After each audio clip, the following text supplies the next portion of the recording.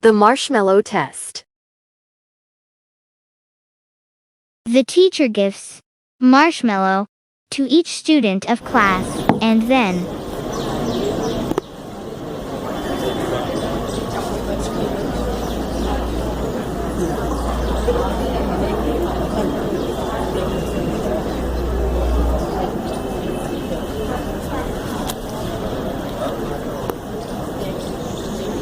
Okay, now here's the deal. You can all eat now.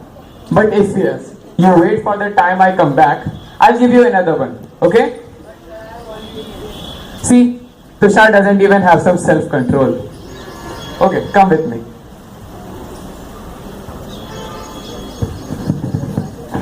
You can notice their eagerness and temptation for the marshmallows.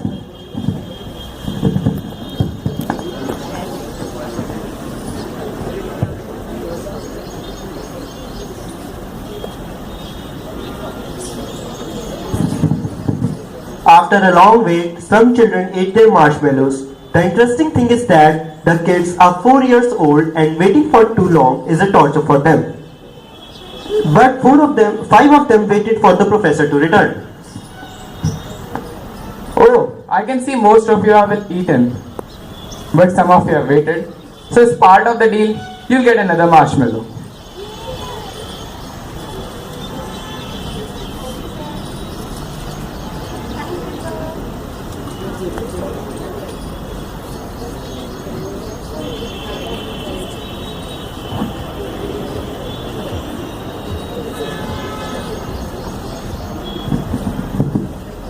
The professor noted down the student's name who had self-control and patience in his diary without telling them anything. As the years rolled on and the children grew up, the professor conducted a follow-up.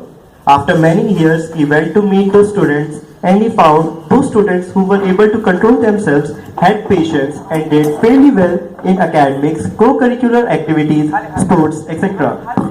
They were regarded as more confident, self-controlled, more successful, and better at maintaining relationships.